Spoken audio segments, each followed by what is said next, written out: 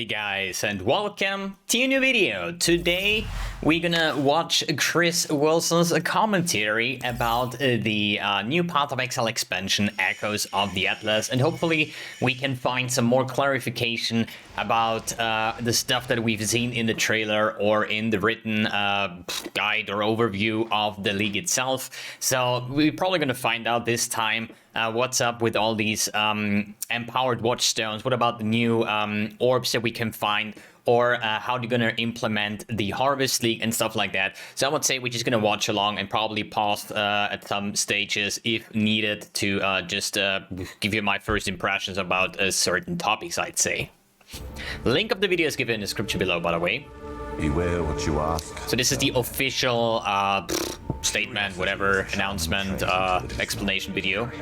Information will be volunteered, not coerced. That's some badass MTX right there. Questions than it answers. When at last their shadow is cast upon the firmament, it will take more than you can possess. The Maven? And silence the. Hey, is this HQ? Looks a bit pixely.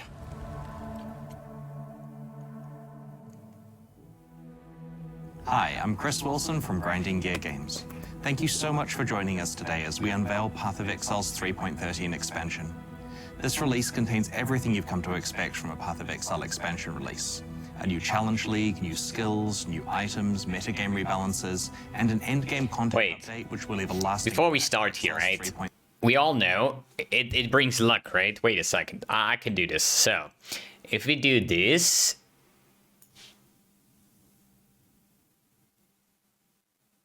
Alright, we're now praised for good drops in 3.13 League. Hey, we all know that's a thing, right?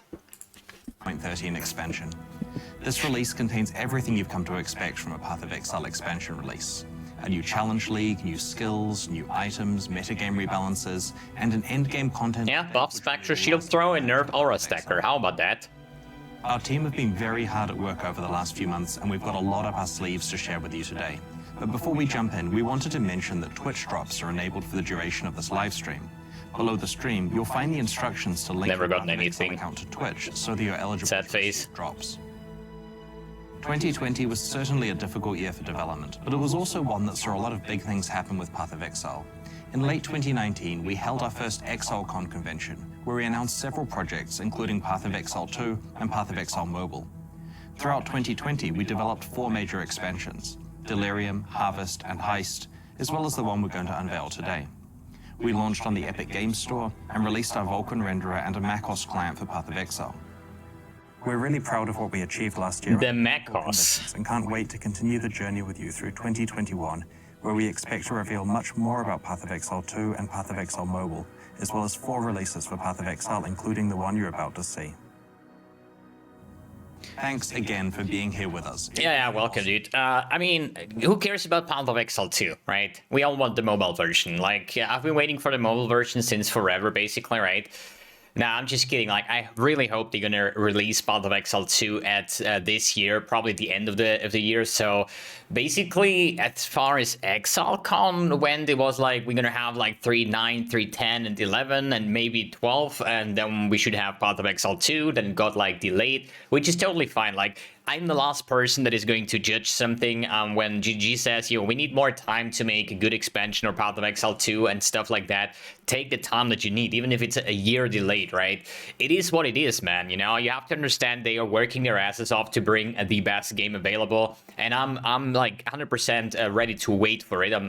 You know, like it is like it should be, right? And now we have 3.13, so we're probably gonna have 3.14 as well. But at some point, they probably have to release Path of Exile 2, and I'm really looking forward to get my hands on the shape-shifting forms and stuff. Without you. In today's livestream, we'll kick things off with a 3.13 announcement trailer, then take a deep dive into exploring the new expansion's content and features.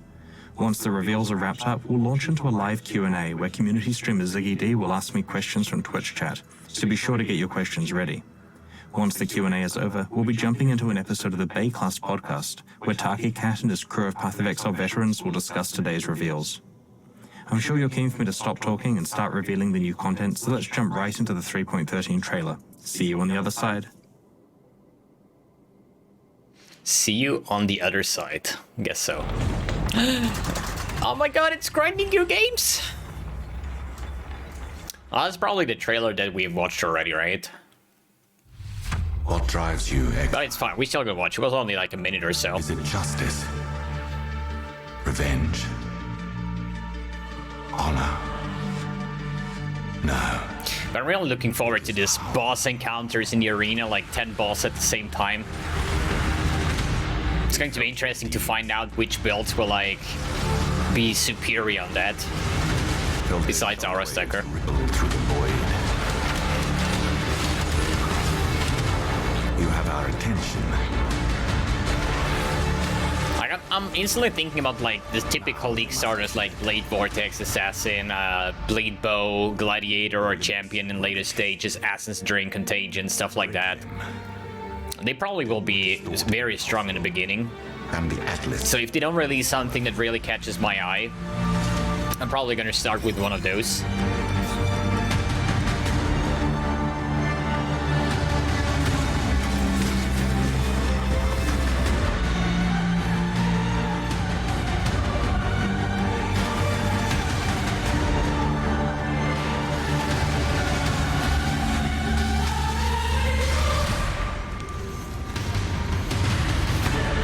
Soak it!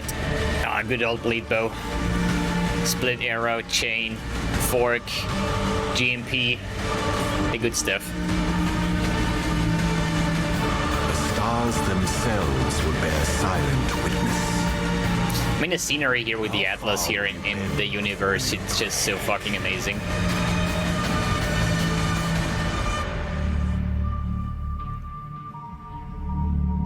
What about the Planetary League or something?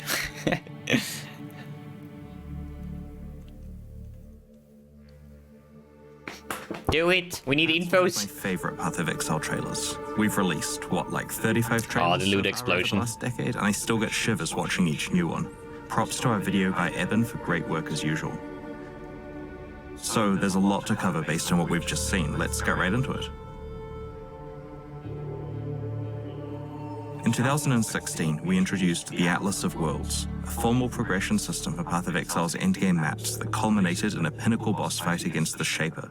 Since then, the War for the Atlas and Conquerors of the Atlas expansions have expanded the Atlas system, introduced new endgame bosses, broadened mechanics, added new rewards, and provided more opportunity for mastery of Path of Exile's endgame. The Echoes of the Atlas expansion introduces a new pinnacle boss, a new way to fight many map bosses at the same time, 11 new maps to explore, and new endgame rewards to earn. Just a few map tiers into Echoes of the Atlas, you will begin to encounter an NPC called the Envoy. It seems that when the Elder was sealed, its absence didn't go unnoticed. I bet he's a vent tier. Speaks ominously of More than Warcraft players. Actual vent The tier. first such visitor, and the focus of this endgame expansion, is an entity called the Maven. You'll first encounter the Maven in the boss arena of a map, where she will make the boss encounter more difficult and watch as you do your best to defeat it. If you're successful, she'll give you her beacon, which lets you call her to any map in that region, so she can watch more fights. Okay.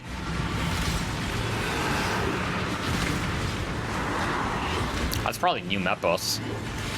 After showing her your boss-killing prowess, she will give you an invitation to her own realm, where she has prepared a special challenge.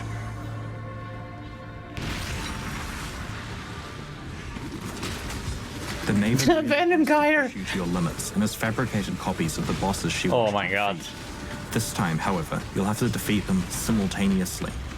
If you manage to best her challenge, she'll politely ask you to do the whole cycle again, except this time she wants to watch more and tougher fights, and her next challenge will contain 4 bosses, then 5, then 6, and finally 10.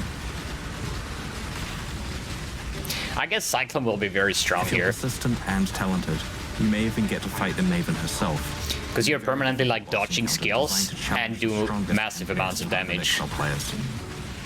Completing the Maven's challenges offers the opportunity to acquire some very powerful new rewards, including Atlas passive skill points, craftable watchstones, and even the Maven's Orb.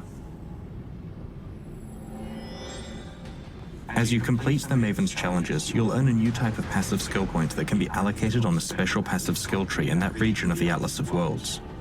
Each of the Atlas's regions has its own passive tree, and they generally have around 20 nodes to choose from. You can earn up to a total of 10 skill points per Atlas region. So they are going to be Check out fixed. some of the Atlas passive choices in the Glennock Cairns region.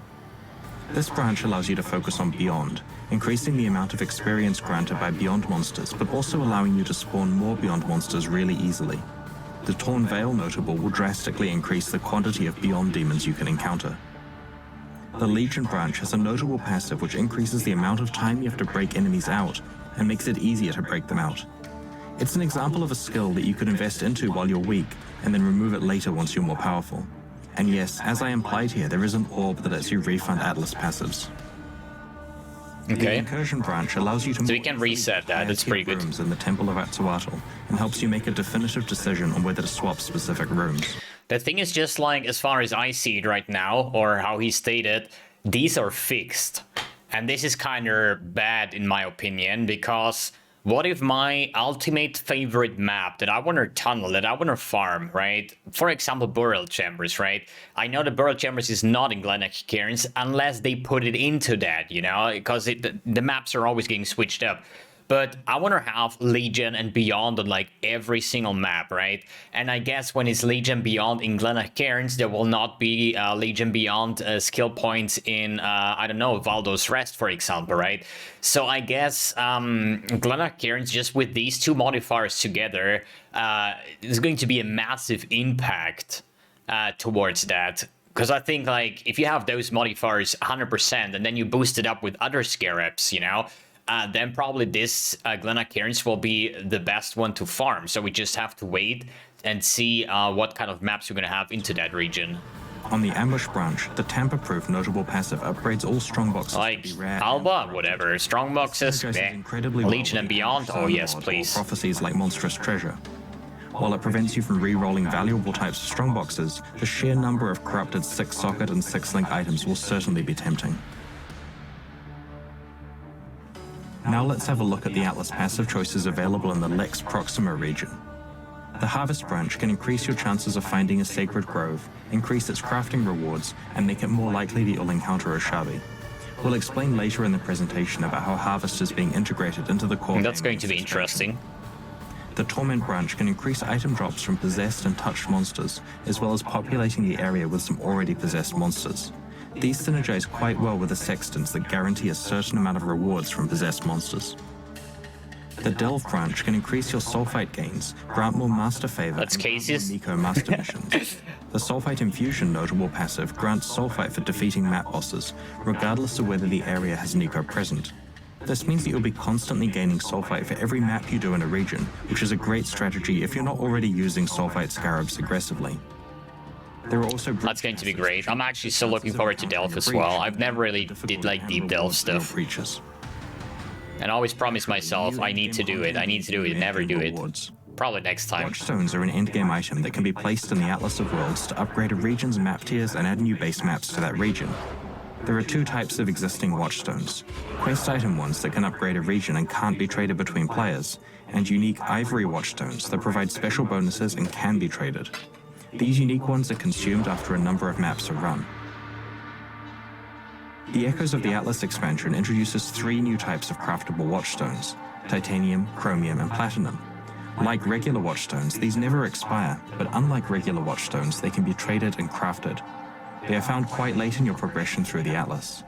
The eventual goal is that you replace all of your base quest item Watchstones with the new craftable ones over time as you upgrade your Atlas. God, that's going to be insane, dude. Watchstone has its own special mod pool, but there's also a shared mod pool that they all draw from. Like flasks, they can only be normal or magic. You can't find or craft rare Watchstones.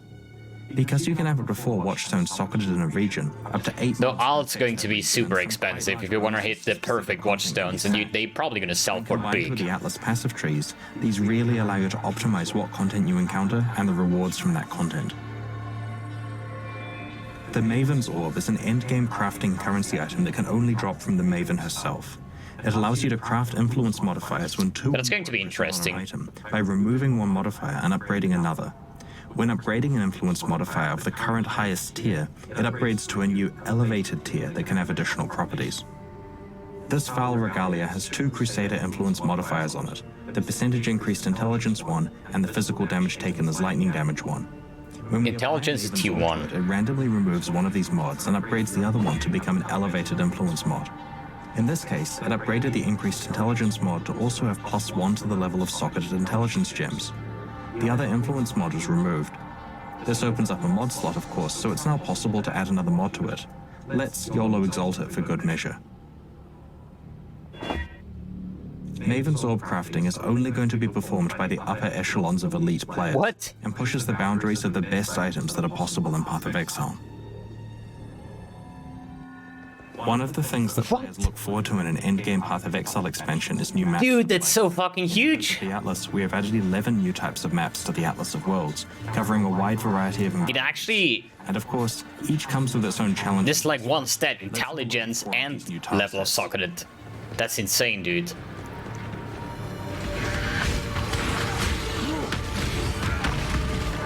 I just hope that Harvest Crafting will not screw it up and make it like easy to obtain or easier.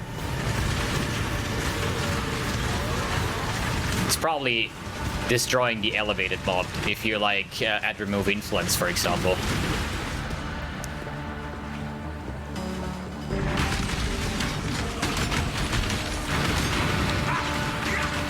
One of the reasons why these new maps look so good is that the environment art tileset and level design teams working on them have been doing so much work on Path of Exile 2 recently. And it's not just the 4 maps that we showed you here. There are 7 other new maps with their own bosses. Yeah, that really looks like Path of Exile 2 from the trailer, actually. Whenever we release a new quarterly Path of Exile update, we start a new challenge league. These are essentially a fresh server to play on for that expansion launch, where players explore the new league mechanics, rush to conquer the new economy, race to level 100, and try to get the best items before their friends. The challenge league being Friends. alongside Imagine doing friends. Ritual League. In the Ritual League, you'll discover several mysterious altars in each area you explore. Slay the monsters at the ritual site and then activate the altar to initiate the ritual. When it begins, you'll be enclosed within the ritual circle and will have to face off against both the onslaught of monsters you've just slain and also the specific powers of that altar. Wait, so you're gonna drag monsters towards that and then activate it after you kill it? From the previous ones, so the difficulty and reward ramp up as you challenge yourself with each successive ritual. Monsters you kill after you have activated a ritual grant you points called tribute. At the end of each ritual, you'll have an opportunity to spend this tribute on various reward items. These items vary greatly in power and cost, so you may find you can afford several cheaper ones or one more valuable one. For clarity, tribute doesn't transfer between game areas. As you complete subsequent rituals in the same area, So what happened in this one screenshot that we saw, basically? You know, the items that are gray, you probably not have enough tribute. But this guy got a headhunter and was gray, and he couldn't have enough tributes. That, like, sucks, dude. more potential rewards will be revealed. Yeah, so imagine having a Mirror of Kalandra in here, but you don't have enough tribute to actually buy it. Which can be very expensive. Reddit's going to be full of If you that. can't afford to purchase a reward outright, you can spend a portion of its cost to defer it until later. This means that it will show up in a later area at a reduced price. Items can be deferred multiple times until you can eventually afford them, and for some of the most valuable rewards in this league, this may be the easiest way to obtain them. Oh, that's so good! Contribute to re-roll the contents of the reward screen one time per instance if you'd like a new set of reward items to choose from. Among the many other rewards you can choose from in Ritual are a special new set of Ritual base types. These are craftable items that have different implicit modifiers than Path of Exile's regular base types. Specifically, they have a strong upside combined with an accompanying downside. If you can create a build that mitigates this drawback, then you can take advantage of the power of these items. That's so freaking good, dude. For example, these Nexus gloves reduce your maximum mana, but have a chance of immediately refunding the mana spent to use a skill. If you can work around this restriction to your mana pool, you can periodically use skills for essentially no mana cost. Here are two other examples of Ritual base types, the Penitent Mask and the Stormrider Boots. The Penitent Mask applies the Crush debuff to you, removing your physical damage protection. However, its upside is that it increases the effect of Fortify on you by quite a lot, reducing the damage you take from hits. There are many situations where this is a huge win, such as if you already have no armor or endurance charges. The Storm Rider boots reduce your accuracy rating but provide a huge added lightning damage boost to your attacks based on your accuracy rating. Penitent Mask is like insanely good for like Pathfinder or Flask Finder, where you have like this one life flask that just never ends, the hybrid flask, and then you have permanent Fortify, and then you're actually transferring that and getting even more Fortify effect. Or if you're playing it as a champion, for example, like I would say if you work around the Crush modifier, this is like best in slot for any champion, and you're just gonna get insane big Fortify, and you have permanent Fortify as a champion, right? That's probably insane. If you have other sources of accuracy to rely on, then this is potentially a huge increase to the lightning damage you deal. That's probably like insane for Wonder, for example. Remember my in-stacking Wonder for like pure lightning damage? That might be like insane, actually. In the endgame, you can obtain ritual vessels, which allow you to itemize the monsters from a ritual. You can place up to 4 vessels in the map device alongside a map to add the monsters stored in those vessels to the rituals present in the map. This increases both the difficulty and rewards of the rituals, as well as generating even more tribute to spend on those rewards.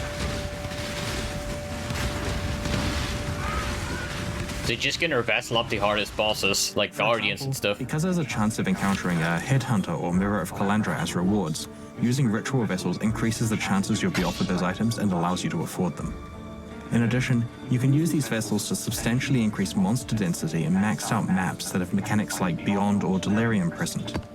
Using vessels, you have control over the risk and reward. We have Beyond on the map device and Legion on the map device. Vessels are tradable both before and after they contain monsters. We have Legion on the map device again! PogChamp! In addition to the new endgame content in the Ritual Challenge League, a large focus of the Echoes of the Atlas expansion is on its Ascendancy classes. Path of Exile has 19 Ascendancy classes, which let you specialize your character further than the base character classes allow. To unlock your Ascendancy class, you must find the Altar of Ascendancy at the end of the Lord's Labyrinth. In this expansion, we've rebalanced every one of these 19 classes and have significantly reworked 3 of them, the Elementalist, the Inquisitor, and the Deadeye. The aim of these changes is to redistribute and simplify power so that Ascendancy passive skills perform stronger single functions more effectively. Let's check some of them out. The Elementalist has always been a good general Ascendancy class for many elemental builds, but lacked really in-depth build options. Now you can pick which elemental ailments to use for greater build customization, as well as providing more consistent power against tougher enemies. The Elementalists can also protect themselves from a large amount of elemental damage. Yeah, that's like the Aegis. Bastion of Elements provides a significant defensive shield against elemental damage, which can be further improved by allocating more skills on your passive tree and Ascendancy tree. The Liege of the Primordial and Elemental skills focus on Golem builds. Taking Liege of the Primordial now means that your golems are automatically resummoned 4 seconds after they die. What? To make your golems immune to elemental damage, you'll now need to spec into Elementor as well as Liege of the Primordial. Previously, the Shaper of Desolation skill forced you to improve both Shocking and Chilling, even if you didn't use both. We've now moved these benefits into their own branches, culminating in the Shaper of Flames, Winter, and Storm skills. How cool is that? Which ailments you improve. You can use and enhance Ignite, Chill, and Shock on any build. Mastermind of Discord no longer focuses on heralds and allows you to strip all elemental resistances from your enemies effectively. That's huge. Pendulum of Destruction has been reworked as Heart of Destruction, providing more elemental damage or area of effect when you need them most. That's huge. The Inquisitor has derived much of its power from its Inevitable Judgment skill, but the rest of the tree... But sadly no elemental proliferation still. That was the key maker of Elementalist builds for speed farmers. Provides significantly more offensive or defensive power, while Instruments of Zeal opens up an entirely new and very unique playstyle. Let's have a look at some of the new Inquisitor Ascendancy skills. Pious Path no longer affects attack and cast speed, and now allows you to double the potential recovery of life regeneration by having it apply equally to Energy Shield. Sanctuary no longer provides mana, but now has a larger damage bonus from Consecrated Ground, up from 10% to 15%. The thing is, I up to this day, I never played Inquisitor. It's been simplified a lot. It still focuses on critical I will strike start playing transfer, Inquisitor once they remodel the Your Templar, so the MTX are actually looking good. whichever one is Then we lowest. can talk about It also Inquisitor, provides but +50 to both of these attributes, which is a huge benefit. I'm a visual guy, you know, You'll so definitely want lots. if the MTX looks shit, I'm probably not gonna play it. Instruments of Virtue has been simplified and made A man of culture. Its benefits no longer strictly apply if you've cast a spell or attacked recently, but it now grants 10% more attack damage for each non-instant spell you've cast recently, up to a maximum of 30%. Battle Mage. It also grants Battle Mage, which causes you to gain added spell damage equal to the damage of your main hand weapon. This provides a lot of new hybrid spellcast and melee build possibilities. That sounds cool, at least. You can combine Instruments of Virtue with the new Instruments of Zeal Ascendancy passive. This introduces the concept of fanaticism, which causes spells you cast yourself to have 75% more cast speed, reduced mana cost, and increased area of effect. What? Fanaticism is gained by using attacks regularly, giving huge bonuses for weaving attacking and spellcasting together. Historically, the Deadeye Ascendancy was the best place to find a variety of strong projectile-based effects. But over time, more of these effects have shown up on items, and the Deadeye has lost much of what made it unique. Exactly. Brought the uniqueness back to this Ascendancy with a variety of new mechanics. That's what I always said, more or less. Like, every Ascendancy should give you something that you cannot get in the game under like any circumstances, right? And with the introduction of all these multi-influenced items and stuff like that, where you can get like almost every Ascendancy on, like, for example, what is making Deadeye so insanely cool? It's more or less Tailwind, I would personally say, and the additional projectiles and stuff like that. But hey, these days you just make Tailwind boots and you have like a built-in Deadeye, more or less, right? I personally don't see a reason to build a Ranger unless I really want to make a build that is heavily focused around frenzy charges, you know, not Flicker Strike. But that's what I'm saying, right? Up to this day, like, when was the last time I was actually playing a Raider? That I cannot even remember, just because I can build items that give me the Raider Ascendancy for my Gladiator, for example, right? And that's like the big issue that you have. Like, there is only a few Ascendancies left that really have some very unique things that you cannot get over items. Let's see what you're gonna change here. That enable new ways to build and play Rangers. Let's have a look at the new Deadeye Ascendancy skills. Far Shot now deals 60% more damage to enemies far away from you, which is up from 30% before, but now also deals 20% less damage to enemies that are close. It no longer has a projectile speed bonus, but now removes the spread from your barrages. This additional damage rewards Deadeyes who can keep their distance from their targets. Previously, Ricochet caused your projectiles to chain an additional time and granted 10% more damage for each remaining chain. The new Ricochet allows your projectiles to both chain an additional time and have a chance to chain off walls and terrain. That's cool. Endless Munitions has been simplified to offer 2 additional projectiles rather than 1 additional projectile and some other minor bonuses. This skill is accessible behind 3 of the Deadeye's paths, making it an option for many different Deadeye builds. Yep. I've seen that with all these small notes added. It benefits Mirage Archers by granting you additional ones and allowing them to be separate from you. Gathering Winds now always grants Tailwind to permanently boost your speed, and the increase to Tailwind effect per skill used is now given by the Gale Force buff. Wind Ward enhances the Gathering Winds passive by making Gale Force a lot more effective, with the drawback of losing all Gale Force if you're hit. If you can stay out of the fray, this potentially makes your character even more potent. That's quite cool. Rupture skill previously helped Critical Strike bleed builds. It's been renamed to Rupture Ring and has been simplified while being made more powerful. Critical strikes that inflict bleeding now also inflict Rupture, which causes bleeding enemies to lose more life, but their bleed expires more quickly. Wait. Focal Point is in use, which causes bleeding enemies to lose more life, but Rupture targets take 25% more damage from bleeding, and bleeding on them expire 25% more quickly. So they take 25% more damage, but your bleedings also do 25% more damage. Up to 3 ruptures. Holy shit. their bleed expires more quickly. Focal Point is Wait, bleed expires more quickly is actually a total damage loss. I was just thinking about bleeding deal damage percentage faster, which is not the case. It's just like lowering the duration of your bleeds. But for the damage you get, you just reapply bleed all the time, since it's like if you're not Crimson Dance, you only have 1 bleed, so you reapply that anyways all the time. So that's not really a big drawback, I would say. There's a new skill which improves the effect of mark skills that were made more powerful in our recent heist expansion. It increases the effect of your marks by 75% and makes surrounding enemies deal less damage to you. It's like very interesting. Like, I was playing shit tons of bleed bow characters in the past, and I really love them. It's probably one of my most favorite builds of all time. And I always started off with the Gladiator, especially on League Start, because the bleed explosions were making your character so powerful in the early or low gear area, right? And once you have a lot of gear and stuff like that, then you go for Champion because it's more tanky and still you maintain a high amount of damage still. It's less than the Gladiator, but you're gonna get so much more defense.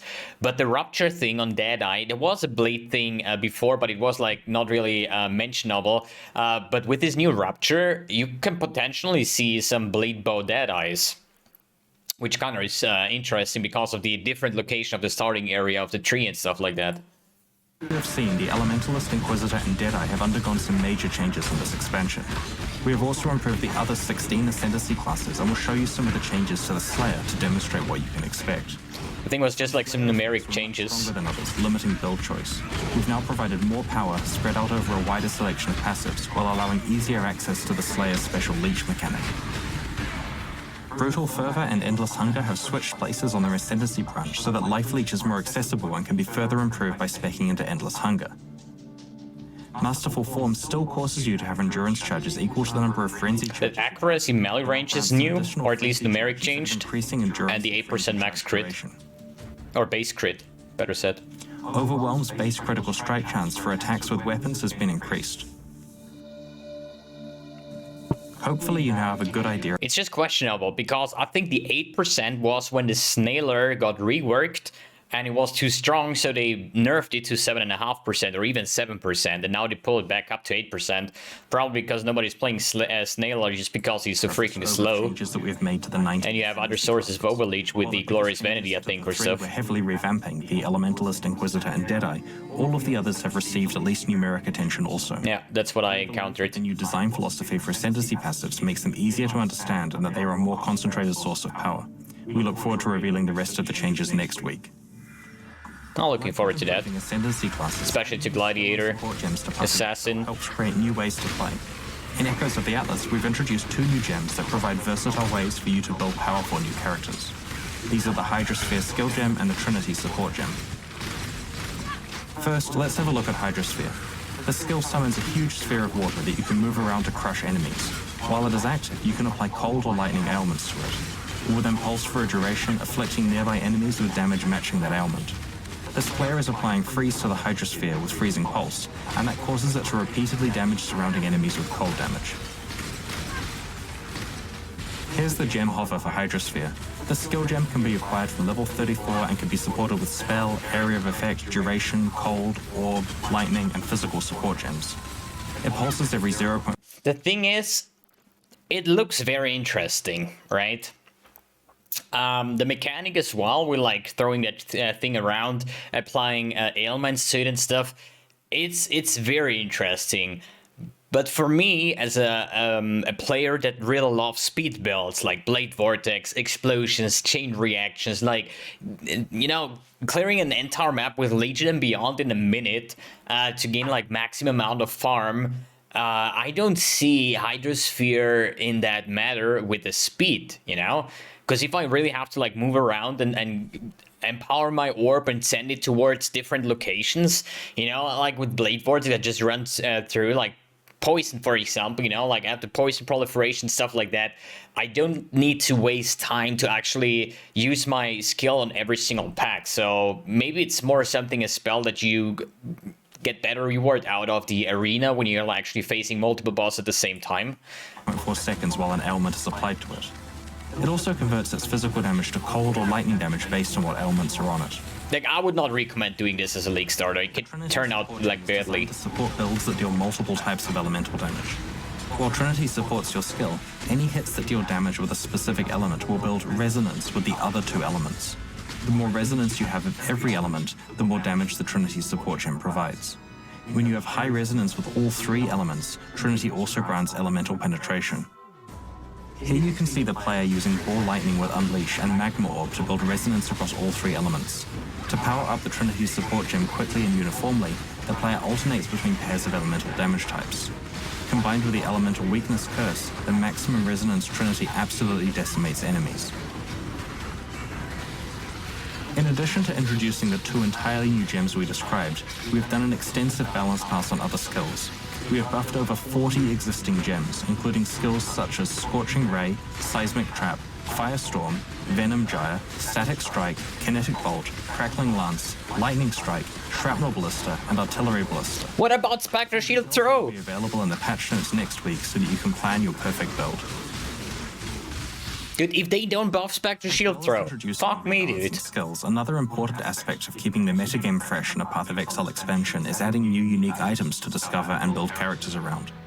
Unlike most items you find in Path of Exile that are randomly generated, unique items are extremely rare ones that our design team have had. Since 10 leaks, I'm asking for buffs for Spectre Shield Throw, and freaking never happens. 10 new unique items. The most underplayed trash skill in existence. Let's have a look at a few. These are some unique worm-scale boots called Legacy of Fury. They place scorched ground as you travel, which applies the scorch element to They look a little bit like Everest hooves. When scorched enemies die, they have a chance to set fire to surrounding enemies, dealing a percentage of the slain enemy's life over time. These boots create an interesting and new way to support your build with fire damage. This is a new unique amethyst ring called Black Flame, which is themed around fire and chaos damage. That's so cool. Its headline effect is that your ignites now deal chaos damage, along with a cool new chaos ignited effect on monsters. Also, if you ignite a withered enemy while wearing Black Flame, the wither will no longer expire, and you can build up to its maximum of 15 stacks, if the enemy survives long enough, that is. Along with its various other benefits, this unique ring should ignite a few new ways of playing fire and chaos damage characters. God, I see myself in a freaking Ignite Proliferation Black Flame Wither build, dude. That's going to be so freaking cool. This unique ring should ignite a few new ways of playing fire and chaos damage characters. These new Zealot gloves are called Hand of the Fervent and create an interesting interaction between physical damage and the mana cost of skills. The unique ability of these gloves happens whenever you use a skill. They grant an effect called Sacrificial Zeal, which both adds a quarter of the skill's mana cost as spell physical damage, but also hurts you to the tune of 150% just Blade Vortex. over 4 seconds. Kill it before it kills you. Your enemy's physical damage reduction.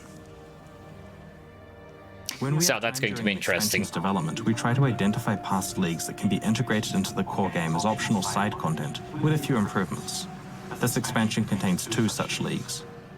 Last year, we released the Harvest League, which allowed you to grow a garden of monsters, fight them, and then use their lifeblood to craft your items in powerful ways. Watching this league unfold made us realize 2 things. Firstly, the crafting options were so powerful and so easily accessible that players had unprecedented access to almost everything they wanted very quickly. Yep. Secondly, even the players who did enjoy the mechanics of growing their own garden would probably find it boring if that was something they had to do every single league. Yep. When deciding how to integrate Harvest into the core game, we knew that we had to curtail crafting somehow, but we didn't want to just do this by nerfing it a lot. We needed a smarter solution that still allowed players to earn and perform powerful crafts. We also knew that The thing is just like, can you store crafts? Yes or no? This is going to be the superior decision making here. Because if you can still store it, even if it's RNG-wise, so it's not that easy accessible, but you know, with the Forgotten Trove and stuff like that, with Discord and stuff, you're still going to get access to it. It's going to be expensive, but you still be able to make your mirror tier perfect items. we didn't want players to have to grow and manage their own gardens every league. So let's check out how Harvest works as part of the core game in Echoes of the Atlas.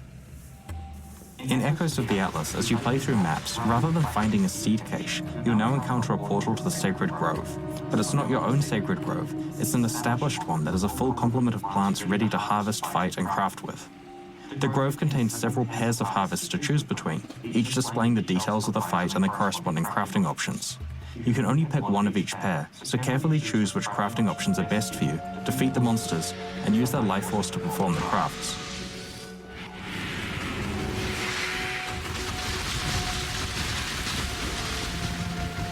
If you're strong enough to kill the monsters, each grove represents quite a lot of crafting opportunities, and you can save up to 10 crafts for later use at the Hoarder crafting station, which is now available in your hideout. We like this compromise because it keeps the exciting elements of harvest, fighting and crafting, and drops the part that got old quickly, seed management and garden planning. So you can only store 10 crafts, which I like. I like this. Just because, like, how was usually? I have, like, any freaking chest. I want to have T1 energy shield and percent energy shield, right? If you ever tried to craft this yourself with Harvest, like, the amount of ad remove defense that you needed to get there was hundreds of ad remove defense, right? When you can only store 10, they're going to be quite expensive, and people probably, they cannot be hoarded, you know? Which is great, I think. So I really like this change. We're also integrating the Heist League into the core game as optional content, with a few improvements. In Heist, players travel to the Rogue Harbor to hire a crew of thieves to help them plan and execute risky heists, working towards a thief's ultimate goal, pulling off a grand heist. In the Echoes of the Atlas expansion, heist contracts drop from Act 6 onwards. Rogues level up their skills faster from completing heists, markers drop with higher stack sizes, and quest contracts are now dropped for you at the next smuggler's cache as soon as that quest is available. One great aspect of Heist is that all of its progress items are tradable, so if you're focusing on other content, you can trade away your contracts until you're ready to go on some heists. Okay. So we've covered most of the big features of Echoes. Like, we just played Heist, so nothing new, I guess. Patch notes in a few days where we will detail other changes that didn't make it into this presentation. Soon we'll move on to the Q&A about today's announcements. First, let's have a quick look at the new supporter packs that are available right now to celebrate the Echoes of the Atlas expansion and the Celebrate! I celebrate with my coffee here. Of Path of Exile. The Faithsworn and Renegade supporter packs come with masses of points to spend in the store, social frames, forum titles and badges, The helmet is cool. a download of the digital soundtrack, and of course exclusive cosmetic microtransactions such as armor sets and character effects. The Renegade series has an exclusive pet, and the Faithsworn series an exclusive portal effect. Each series has 2 packs, and the smaller packs can be upgraded to their respective larger packs at any time while they are still on sale. These are, of course, in addition to the new core packs that we released a couple of weeks ago. Remember to check those out if you haven't already. Ah, GGG, take my money, dude. Thanks so much for your support. As you know, purchases of these packs are what fund ongoing development of Path of Exile, its expansions, and its sequel. I should write GG. I want to have my own personal divination cards. All about Path of Exile and Echoes. I probably can get 15 already with the amount of money I spent on MTX. Which will start sooner than you think. Our team have been creating some amazing stuff, and we can't wait to reveal it to you. It's going to be so I'm sure you have a bunch of freaking burning amazing. questions about Echoes of the Atlas. So yeah, this is the entire big roundup video about the Echoes of the Atlas, how they're gonna implement all that stuff. Like, I really like what I've seen so far. I've seen that we're gonna have these new maps that look amazing. We're gonna have this bumped up Atlas experience with the crafted watchstones. We saw that we're gonna have these new watchstones that we can make our mapping experience even better.